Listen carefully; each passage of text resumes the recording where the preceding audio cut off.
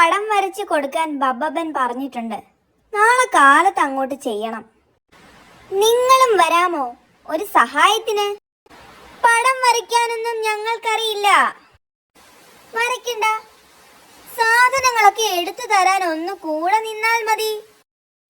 എടോ, കഴിഞ്ഞയാഴ്ച നമ്മൾ ബബ്ബനുമായി ഒന്ന് വഴക്കടിച്ചതാ.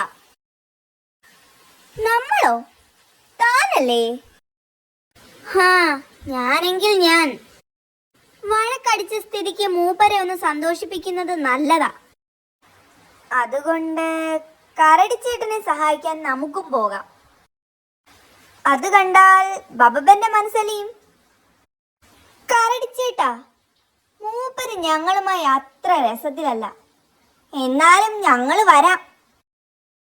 ചിത്രത്തിന് വേണ്ടി ഞങ്ങൾ എല്ലാം മുറിയെ പണിയെടുക്കും. അത് കണ്ട് ബബ്ബന്റെ കരൾ അലിയണം. മനസ്സല്ലേ അലിയേണ്ടത്? ചേട്ടനും ഷേരും നാളെ കാലത്ത് തന്നെ ബബ്ബന്റെ അടുത്തേക്ക് ചെന്നോ. ചായം, ബ്രഷ്, ഈ വക കുണ്ടാവണ്ടികളൊക്കെ സൂത്രൻ കൊണ്ടുവരും എന്ന് അങ്ങേരോട് പറയണം. അപ്പോഴേക്കും ഞാൻ അങ്ങോട്ട് വരാം. ആ വരവ് കണ്ടാൽ തന്നെ മനസ്സ് കരളലിയും അല്ലേ? കുണ്ടാവണ്ടികളൊക്കെ സൂത്രൻ കൊണ്ടുവരും. ബബ്ബൻ ചേട്ടന് വേണ്ടിയല്ലേ? അതുകൊണ്ട് ചിത്രം ഗംഭീരമാക്കണം. ചിത്രത്തിനുള്ള ഫ്രെയിം അടക്കം ഞാൻ കൊണ്ടുവന്നു. ഫ്രെയിം ആദ്യം തന്നെ തറച്ചു വെക്കാം. എന്നിട്ട് അതിനുള്ളിൽ വരച്ചാൽ മതി. ഫ്രെയിം തറയ്ക്കാനുള്ള മരാണി കൊണ്ടുവന്നിട്ടുണ്ട്. വരയ്ക്കുന്ന ഭാഗത്ത് ചെളിയോ മറ്റോ ഉണ്ടെങ്കിൽ ഈ മുള്ളു കൊണ്ട് ഉരച്ചു വൃത്തിയാക്കാം. ഈ കുറ്റി അടിച്ച ചിത്രം മരത്തിലോ മറ്റോ തൂക്കുകയും ചെയ്യാം.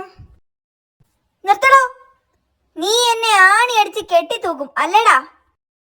കുണ്ടാവണ്ടി കൊണ്ടുവരാമെന്ന് പറഞ്ഞപ്പോ ഇത്രയും പ്രതീക്ഷിച്ചില്ല. എടോ, അങ്ങേരുടെ വയറിന്മേലൊരു ചിത്രം വരച്ചു കൊടുക്കാനാ നമ്മൾ വന്നത്. ആന വയറിൽ ചിത്രം വരയ്ക്കുന്നത് പുതിയ ഫാഷൻ അല്ലേ? കാട്ടുമുത്തപ്പനും പുളിങ്കുരുവും.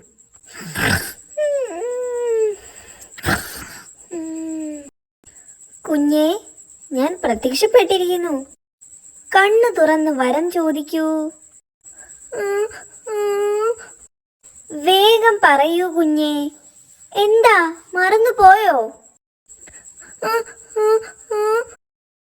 ശരി, ആലോചിച്ചിട്ട് പിന്നെ പറഞ്ഞാൽ മതി. പോയിട്ട് തിരക്കുണ്ട്.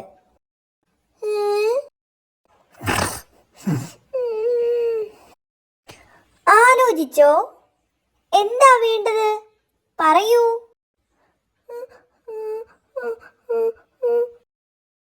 മൂ മൂ എന്ന് പറഞ്ഞിട്ട് കാര്യമില്ല. വരം ചോദിക്കൂ കുഞ്ഞേ. കളിയാക്കുകയാണോ? കാട്ടുമുത്തവനോട് കളിക്കരുത്. ആഹാ,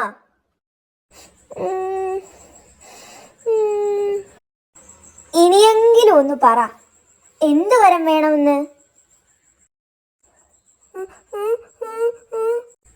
ഇതേ നല്ല തല്ല് കിട്ടാത്തതിന്റെ കുഴപ്പമാ. ക്ഷമയ്ക്കൊരതിരുണ്ട്.